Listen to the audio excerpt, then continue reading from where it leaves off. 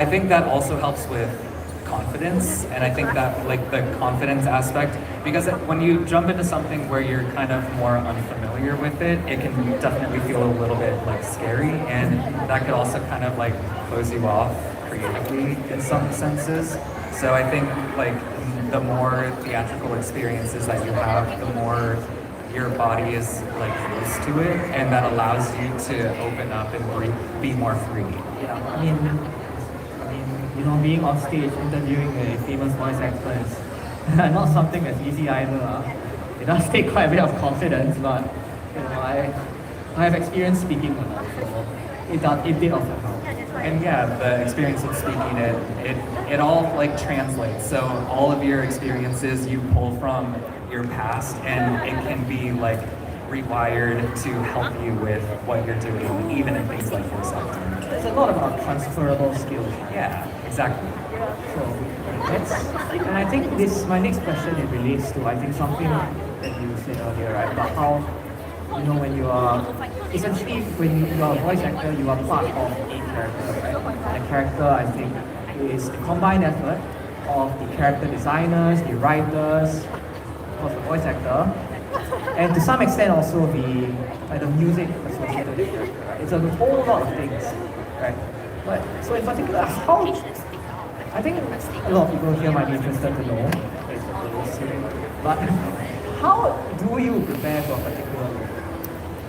I think going into it and being open-minded and being flexible, because with voice acting specifically rather than on camera, voice acting you kind of get the script of like on the day that you're recording it. So there's not a lot of time to prepare. You're usually just kind of like reading it as you go, unless you're able to like request to get it early and they have it, then you can get it and do as much preparation as you can. But staying open-minded and staying flexible and trusting the people that are helping guide the production. The director is going to be your best friend, because so you don't always know exactly everything that's going on, especially in a video game with potentially like, maybe 100+ hours of backstory that you don't know about yourself maybe. Then the director knows it all. So they'll be the ones to tell you, here's the scene, here's what's going on, and here's what I need from you. So trust the directors, they will help guide you in the right direction. I see. And but of course there has to be some area for you to kind of add your personal touch to it, right? Oh, for sure, yes. There is some degree of like individualism, or like unique artistic touch that you expect to add. Yeah. And that's something that I tried to do with Aventurine, because I think like when I was playing him, I never looked at him as a bad guy. I saw that like the perception of him at first was like he's a bad guy, but I think a corporate executive, For me, like looking through the script and the lines, I noticed that there were a couple of instances earlier on where some of the other characters had opinions and thoughts on Aventurine, and they would like, kind of poke at him and call him names. But what I saw with Aventurine is that he never responded with an attack back. He instead would laugh it off and brush it off. And for me, that was kind of like, it showed me that he was numb to this, and he like had heard stuff like this before, and that's something that I could relate to as like a kid growing up. So I was like, okay, I know where he's coming from and I see him, so I want to just play him as someone who is living as authentically as himself as possible, and it's just people that are around that are looking at him that are like, oh, you shouldn't be like this, that are kind of like, that's the perception of like, oh, he's not good. But he is, like, I think. I'm very biased towards Aventurine. Very complicated. He's a very complex character. And depends on really who you ask at the end of it. Exactly, yeah. Okay, so I think a lot, particularly since that's the role you're most, at least here, that you're most known for. I believe the reason why many of the people in the audience are here today. understand that Aventurine was someone that you deeply relate to, like on a personal level. Like also, in a sense, what was kind of like the preparatory work that you did for playing the character? Like specifically Aventurine. What kind of preparation did you do undergo yourself, to kind of really bring out the character when you are voice acting?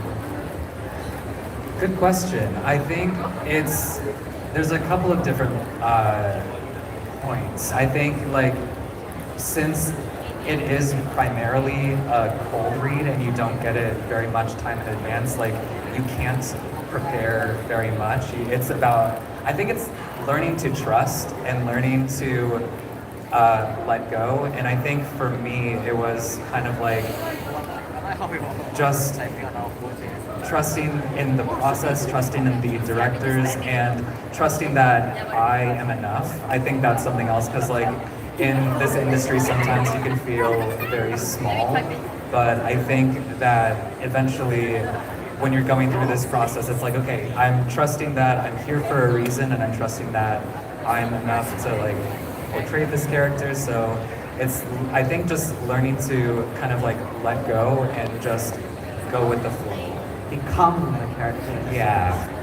I think that's, something that holds true for every it's something that the theatre experience does really help you, because when you become a character, you kind of lose yourself a bit, right? Yeah. Lose yourself to become the person that you're portraying. I think is that also something that you experience when you are inside the character? Like that's not just in voice acting, but also in like your life action roles. Yeah, I would say for me, I think it's different for everybody, but for me it's less about like losing myself and more about finding myself in these characters. Because I think that all of us as people have all these different sides of us. Like none of us are just one way and all behaving in one particular pattern. Like we all have different kind of knobs. The way that I had heard it described is like a soundboard where you have different like knobs and levers of yourself. So it's like, okay, well, Aventurine at first is very sarcastic, for an example. So I'm like, okay, well, I could be sarcastic for sure. There's a side of me like that. So it's just like you crank that knob up and then you play more into that. So it's about kind of like finding those parts of yourself, and even not specifically for that character, but just in general, like sometimes characters go through their own journeys and their own struggles that are harder and more difficult and more challenging and might not look the best on paper. Like, I think it's a matter of not judging that and kind of finding the compassion and empathy for like, okay, if I were in this person's shoes, how would that make me feel? And it kind of like takes it to a level where it humanizes it for you.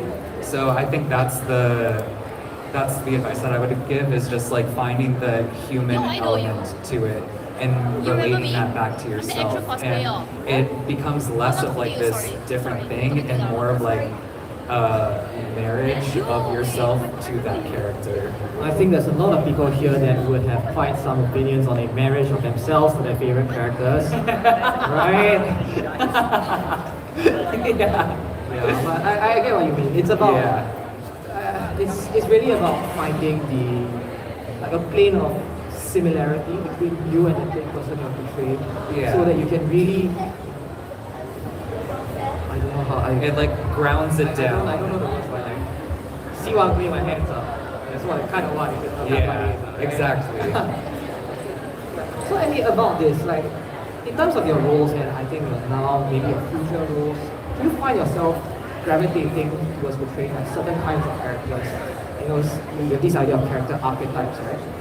Like Aventurine is like I don't know, what do you guys think Aventurine's archetype is?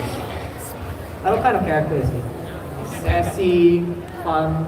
Sassy, fun. I think also morally gray. Like, I mean, when I look at him, I have so much of a bias towards him that I'm just like, oh, like, he's just a guy. Like, he's just this sweet boy that's just misunderstood. But I mean, I think at this point, like, I'm happy to take any role at this point.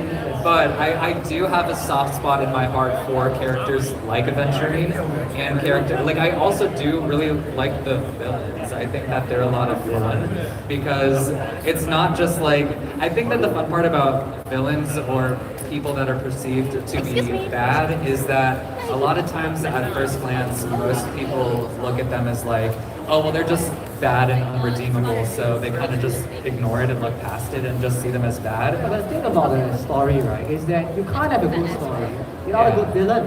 Exactly. The villain is well, the antagonist Yeah. is very important. Yeah.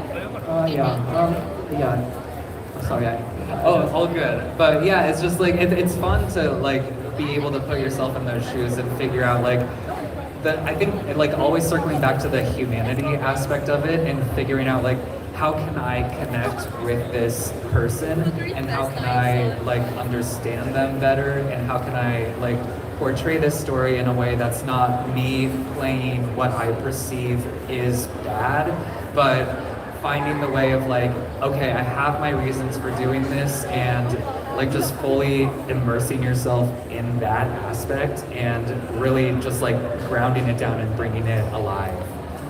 It's at the end of the day, it's about so about that, right?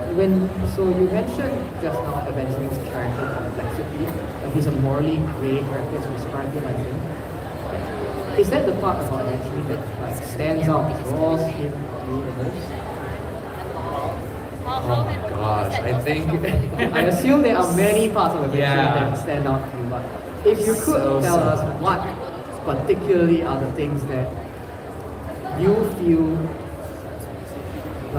he exemplifies that really endear this character to you. Oh my gosh, there's so many different aspects of it. All right, I think.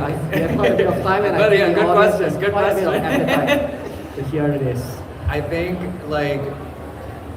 think growing up as a kid, there was definitely some aspects of me that felt kind of just misunderstood in general for just being who I was. And I think that that's something that I saw in Aventurine. So that's why I was like, okay, I don't think that he's a bad guy. I think that people are just misperceiving him as bad.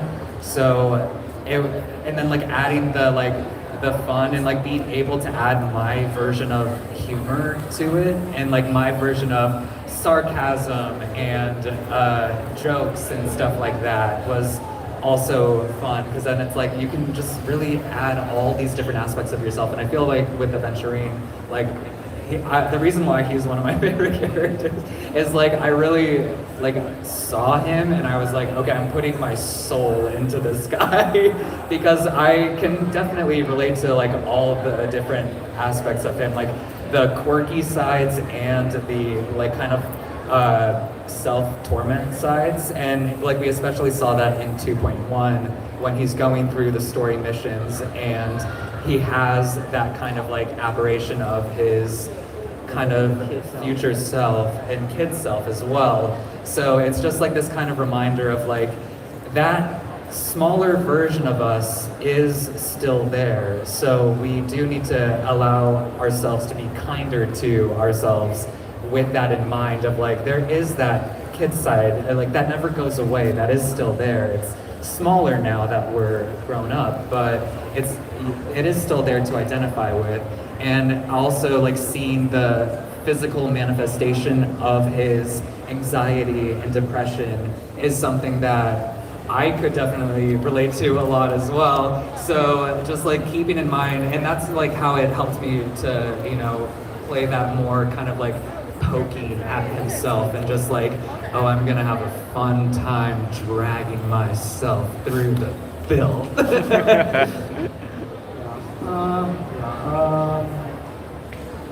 I guess they really did make the right choice when they found someone that could really relate this closely to one of the characters that they had. So now we have been talking about Aventurine. I understand it's obviously going to be Aventurine central, but let's talk about his friends. So what do you think about, like, Okay, so what do you think about how like the relationships in the story that Aventurine has with like the other characters? What do you think about that?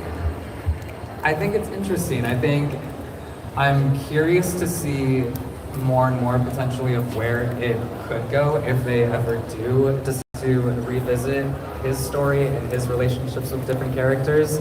I think I think Aventurine has spent quite a lot of time alone and by himself. So I do want to see more of what life could be like with other characters, because I think that in some of the interactions that we have seen, some characters have been a little bit more kind of standoffish and like aggressive with their words to him. Yeah, So after that's because of the whole, the morally gray, Yeah. corporate executive, because honestly, my first impression, Yeah. right, no offense, but he struck me as like, a corporate, Yeah.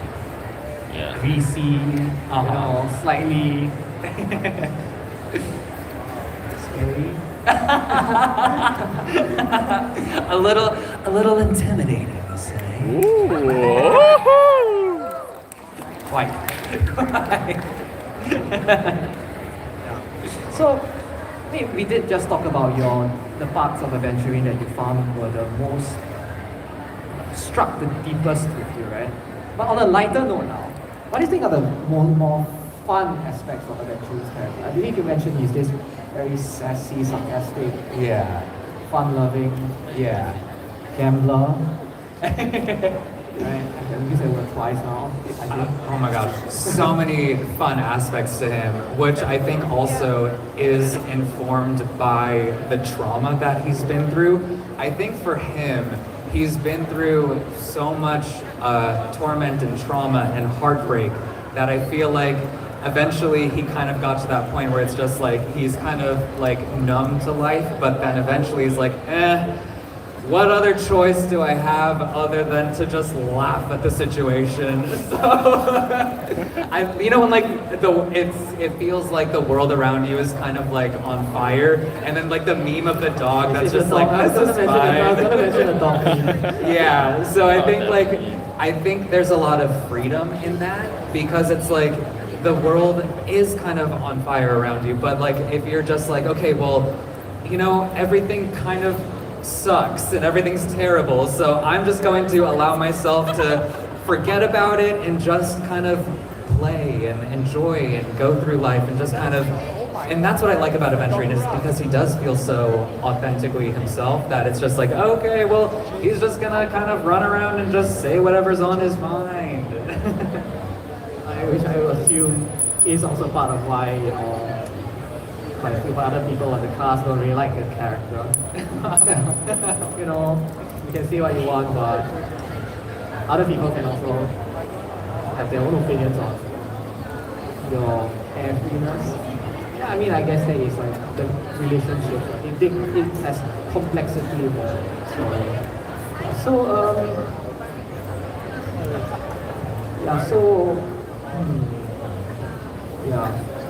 Does anyone in the audience have any questions they would like to share the table? Yeah, any questions? Yeah. Oh, can you say that again?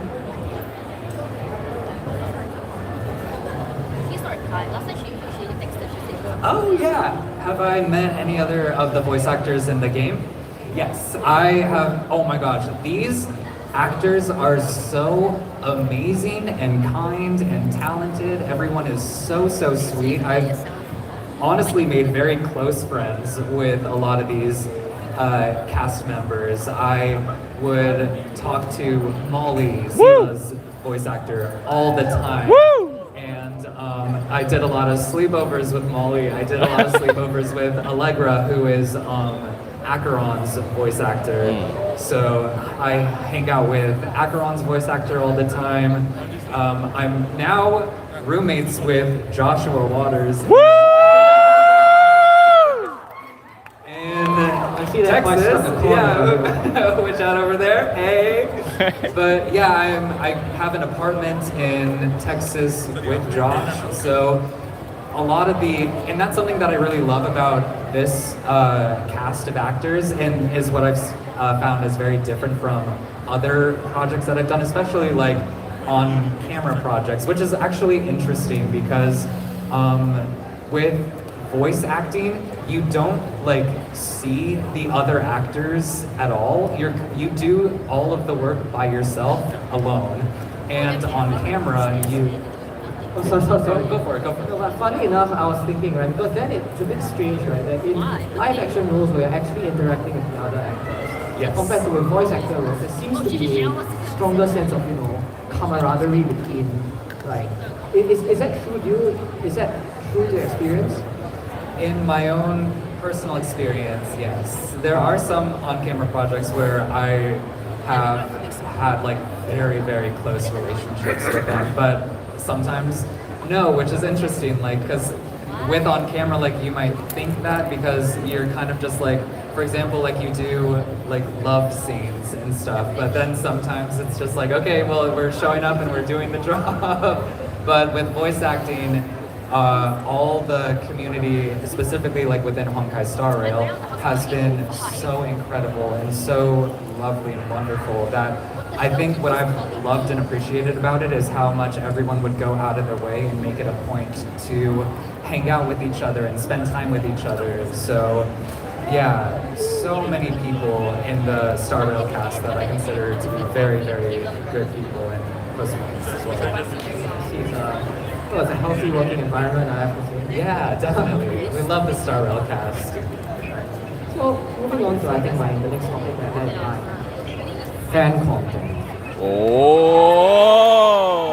So, I mean, I assume Aventurine has been, as with almost every other character in, gacha games, has been at the eye of its all of fan art, fan creations, fan comics, fan fiction. I mean, I assume you've interacted with it at some point. Yeah, I've definitely. I love the community of Star Rail. I think everyone is just so kind, so sweet. The artists are amazing, and it's just fun to see that, like, the life of these characters kind of like live on through the community. Is there any particularly memorable or funny ones that you've seen? Funny ones that I've seen. I think just like, I mean, of course, there's always the iconic like Doctor. Oh.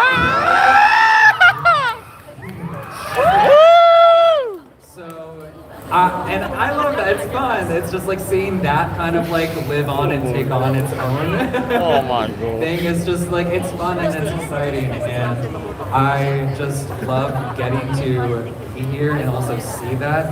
And like in terms of, more of those community efforts, like even just coming to events like this and getting the chance to talk to you all is so exciting, and I'm just so grateful to like have this chance to come over to Singapore and talk to you guys. Like, this is incredible, and I'm so happy to be here. And I'm quite sure everyone here is really great to be able to see you here. And because I see a group of these people, in particular, 1, 2, 3 Aventurine cosplayers in the crowd. Yeah, the cosplays look great. I love to see it. We love the reenies. Amazing work, you guys. Yeah. So I think since you raised it earlier, we should address the elephant or the stone statue in the room. What do you think of? Oh. I mean, I think it's fun to see, like, and I think the fun thing with ships is people can kind of like, find what they like the most and just like find the communities that are more involving of that. So we support it. It's fun. It's great to see. Right. So does anyone else in the crowd want to table any questions? Yes? Yeah, is there any romantic ship tropes that you want? Is that correct?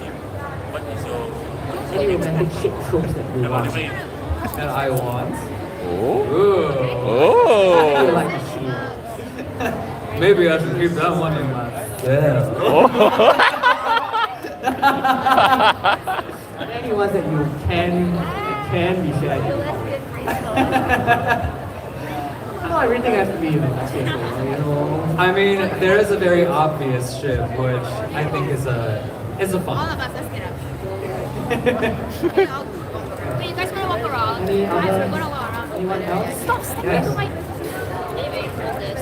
Okay, say that again. I'm holding scrap. Sure, whatever. I'm gonna come over here.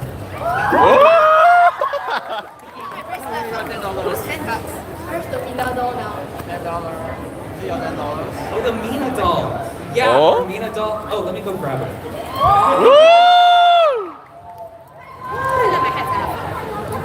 I wasn't even listening. I wasn't listening to them. I'm just like sitting down. We've got. Oh the my gosh. Mina Aoyama over here, everyone. Ladies and gentlemen, boys and girls, give it up for our Woo! YouTuber Mina Aoyama. Brought her all the way to Singapore. Woo! Welcome, Mina.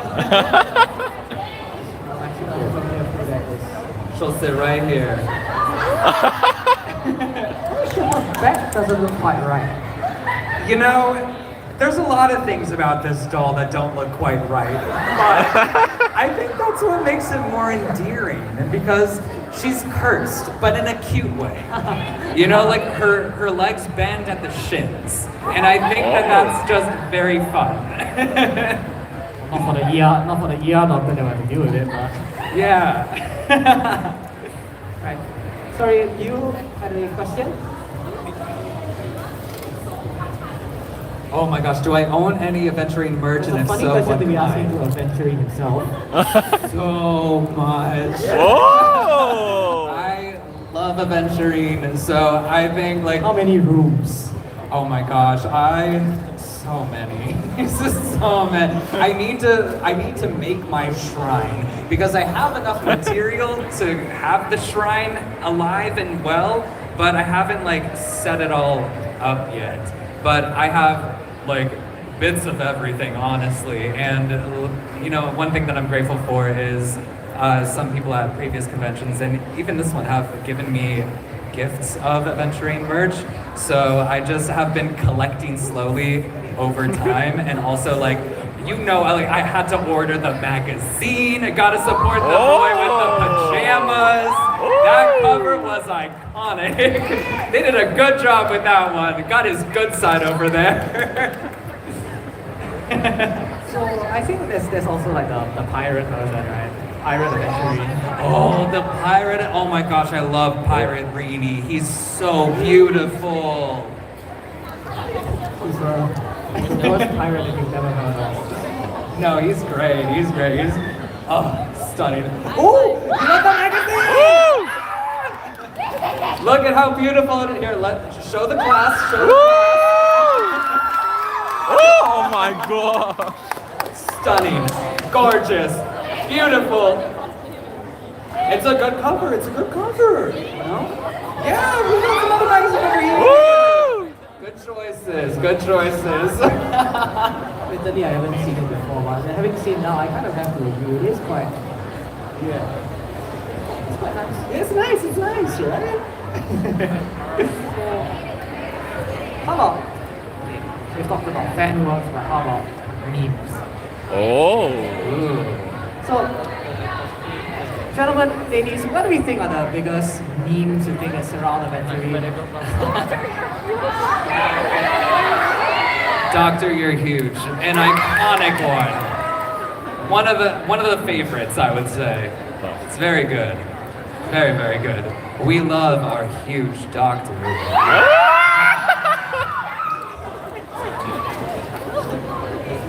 But like the statue or In all forms. I see.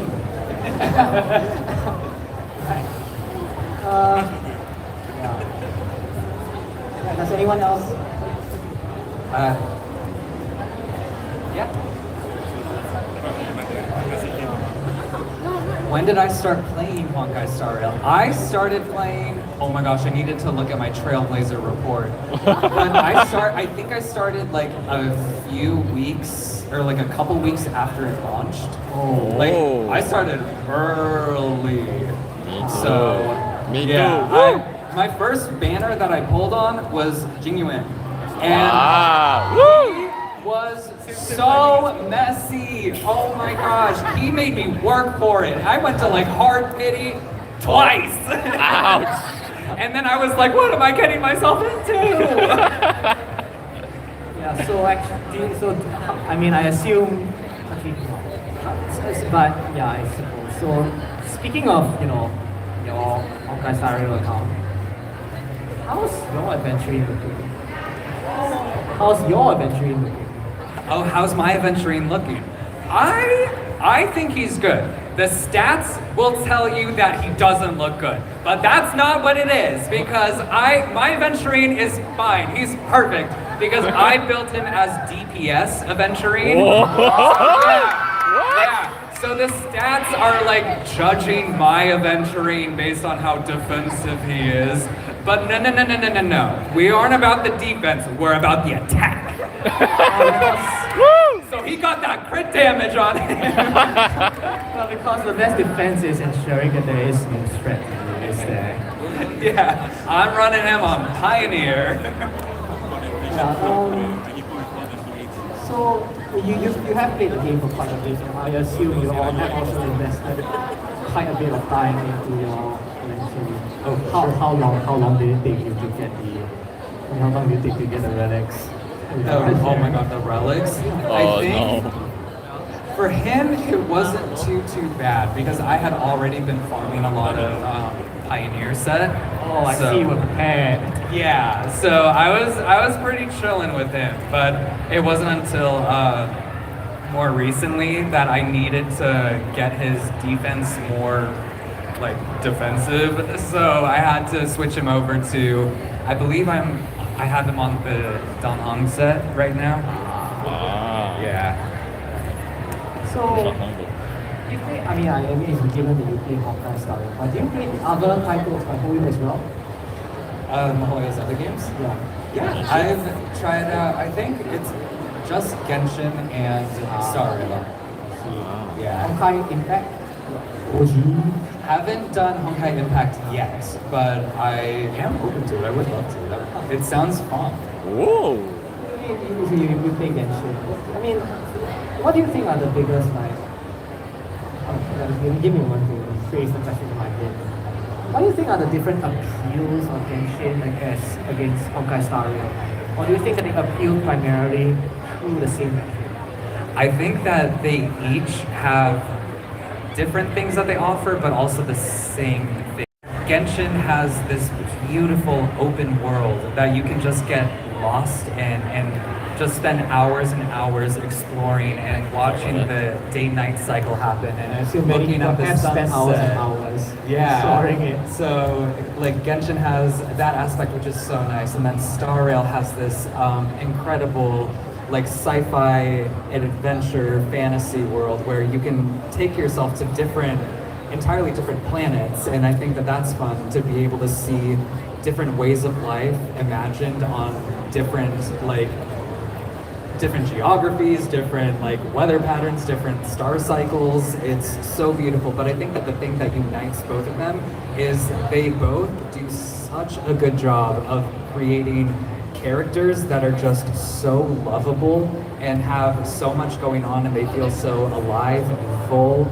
So it's just like seeing those lovable characters that you want to spend more and more time with is always just such a rewarding thing for both of those games.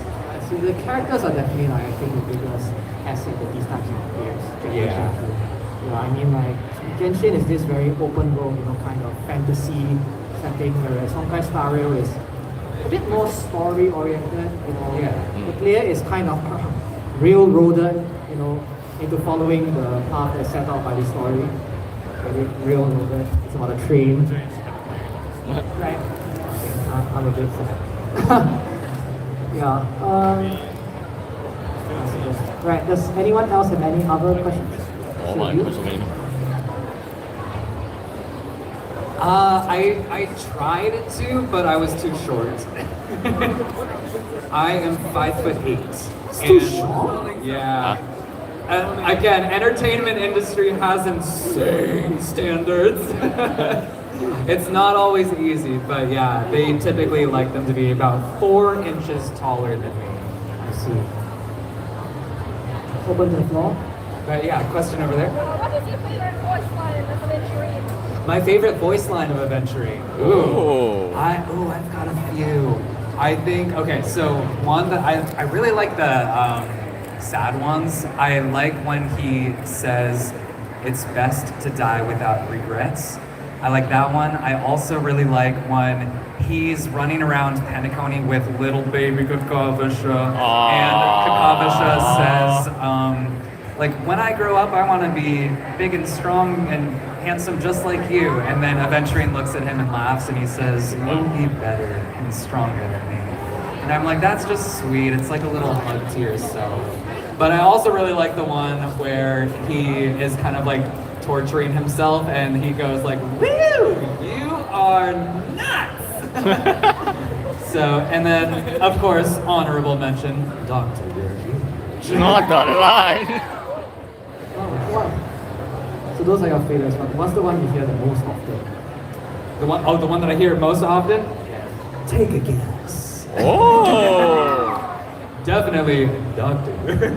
I assume that's his skill line, right?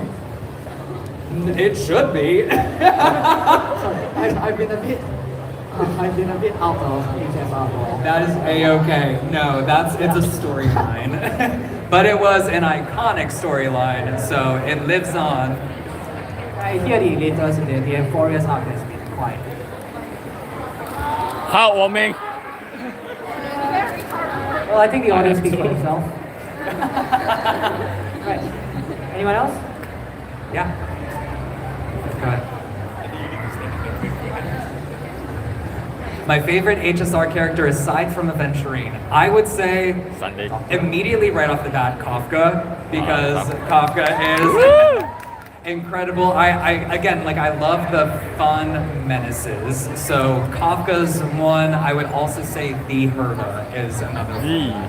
Those characters are just they're just fun. They're sassy, they're kind of like chaotic in some ways. So yeah, I love those characters. Yeah, it was quite interesting to me when they decided to make a character like Kafka play a violin. It was, I mean, like, as a violinist myself, it was very cool. Like the trailer where they had, like, you know, like her playing, I think Vivaldi's Summer, no, Winter, right? I think that was quite iconic. It got a lot more people back into like last week. But speaking of trailers, right? I mean, I assume there's been a lot. Aventurine has had its own trailers. But what do you think is like the most iconic HSR trailer video that you've seen? Oh. I don't know about most iconic, but one that I did really like was Acheron's trailer. Oh. And I haven't seen many of the more recent ones, so there could be one that I see later on that I go back and rewatch and I'm like, oh, I like this one, but Acheron's trailer was just so cinematic. It was like, I love the aspect ratio, I loved the like the resolution also, but also the raindrops and the umbrella with the reflective floor and the fighting. It was just so beautifully done. Do you still keep up to date with the state of the game? Yeah, I finished 4.0, so I'm in Plain Arcadia, but I haven't done 4.1, 4.2. 4.3 came out recently, right? Yes. Haven't done that one either. But I am in Plain Arcadia. I see. Yeah. Somewhat up to We me. have time for maybe one or two more questions. So, you there in the black jacket. Yes. Sorry, could you say that a bit?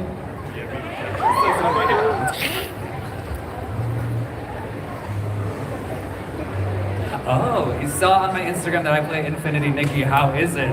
It's fun!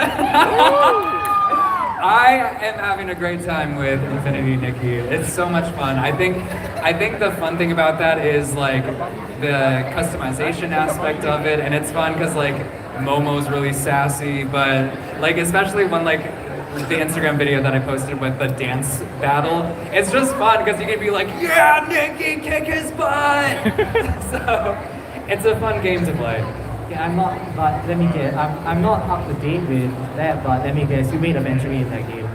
I have not made Aventurine in that game. Oh. Yeah, not yet anyway. Not yet. Right. Yeah. The Furina hat. Yes.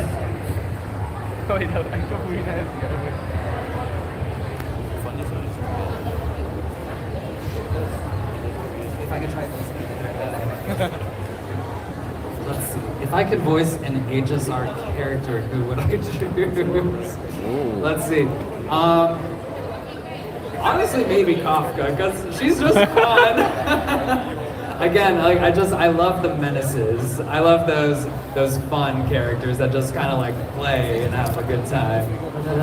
I see you into that kind of. Yeah. So and like Aventurine, the Herda, Kafka, they're all kind of like within that same umbrella. They're very cool. Cool. Slightly detached. Yeah. Yeah. Is anyone else? Oh, I see a couple. We have Trailblazer over there. You missed the dog, you're huge. That's fine. So, what's your current team right now? Who is in your current team? The current favorite. I'm so sorry.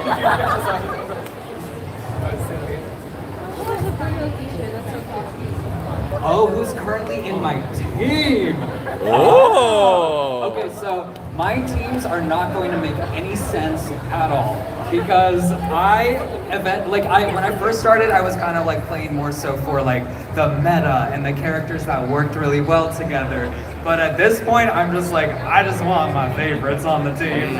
So right now I've got Aventurine, and then I have Dr. Ratio, and then I also have Archer from Fate, because I'm like, gotta give Aventurine his Holy Grail war partner. And then, who's the last slot? The last one is kind of more like a flex slot, so I'll kind of just like put whomever else there. But I like having, also like putting Kafka on the team, the Herda on the team, so just kind of like mixing and matching at that point. Yeah, good question. DPS Aventurine. DPS Aventurine all the way. Speaking of Fate, have you watched like Fate? Yes. Like which group was your favorite? My favorite, I would say, is Apocrypha. Sorry? Apocrypha, Fate Apocrypha. Oh. Yeah. Oh yeah, the Apocrypha was. Yeah. That was a lot of iconic characters. They're all so good. What I love about that style is for me, it's kind of like the Hunger Games meets anime. And I just like, that's my favorite kind of genre. Yeah, so when I went in to record, they were like, okay, so it's like this kind of battle, and your character is kind of getting this other character who's called Archer. And I went, are you kidding me? I get Archer. So I was like, I'm ready for this. I was so excited. Because the Archer class is this Yeah, Archer really is is such a cool made up of character. Archers. But does anyone still remember that one? I was from the time when Fate was like, UBW, Stay High, Only one. the OGs. Just the unlimited leg ones. Right. The one with you in the center. Yeah, yes, you. I have not watched it yet, but I did tell Josh, I was like, Josh, I want to watch it with you. So when I go back to Texas, I'll do a watch party with Josh. Yeah. But from clips that I've seen kind of online, it looks incredible. It looks so beautiful. And Josh, of course, as well as everyone else, did such a beautiful, amazing job. They are so incredible. I see. So,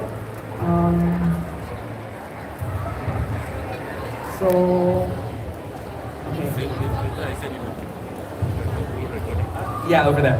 What was your favorite moment, like during like the HSRBA poll? Favorite moment Like during... from like all the years, your favorite. Oh. Okay, favorite moment in all the years of HSR polls. And I know at this point it's getting pretty like repetitive, but like the Dr.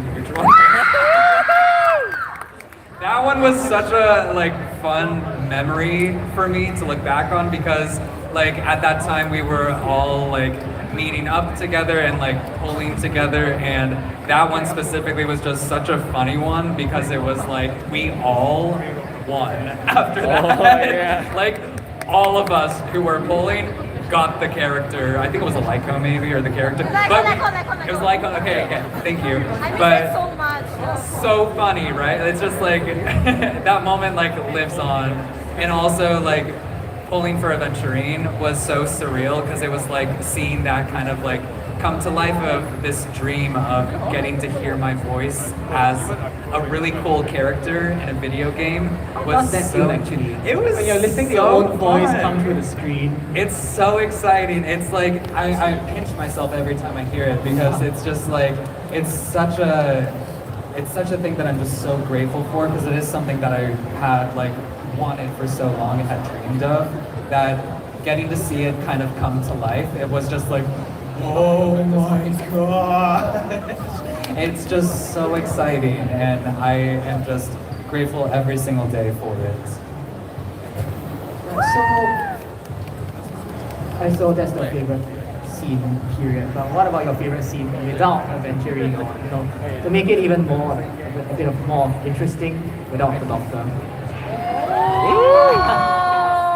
Favorite scene or favorite scene? Favorite scene in Star Rail? Oh my gosh, there's so many. I think just like, for one I would say, oh gosh, I can't say Kafka either. I think, okay, if I'm not saying Kafka with like the intro sequence, because that one I is mean like very without the Doctor. Oh, not the Doctor, okay. I would say like the iconic moment is like when you're running around as Kafka in the Herta space station. Oh, like But- the absolute introduction. Yeah, like right at the beginning. But also, I really, really, really liked Cypher's story and Emporius. 3.3 was so good. I was just like so caught off guard, and I wasn't expecting it to like hit me so much. But yeah, Cypher definitely made me cry when I played Emporius in 3.3. She did a really, that story arc was just amazing. Yeah, Mihoyo always crushes it with the story. It's just so beautiful to see their work. On a bit more of a sequence, how do you think Cypher gets faster or slower if I lace a food of catnip? Do you think Cypher gets faster or slower if I lace a food with catnip? Oh, what? Does Cypher get faster or slower if she eats some catnip? Yes. I'm sure she's gonna get real quick. She's got to go fast. She's gonna be zooming. I think we have time for, okay, I know I said this, but one last question, I think. Alright. I can't think of a question. Okay, the one with the Stella, Oh. like the sock puppet thing. Oh yeah, go for it. What planet would I live in? Ooh. Good question. There's so many different aspects of these planets that I really like. I think if I'm just going off of like nostalgia, I would probably say Bellabog. Bellabog is just, it's so beautiful, and it feels like it's cold and icy and rigid, but at the same time, it also, I can't explain it, but it gives you this feeling of like warmth. So I think it's like the story and the characters make the cold planet feel so like just warm. and it's the music especially is just so like beautiful, and it just really it's so transportative. So I would say I would probably pick Billabong, even though it's like harsh. You kind of like bond and get your community together to like make it through, and I think that's what makes it so special is that the characters are all so there for each other. Belleville, fun place, you know, got that old like industrial era like Yeah. aesthetic to it. I wouldn't pick Belleville because I personally can't take a cold. You gotta bundle up with those blankets, get some hot chocolate, get some hot coffee. Yeah, great question. I got the final. How about Pinocchio? I have all Do you three. live in Pinocchio?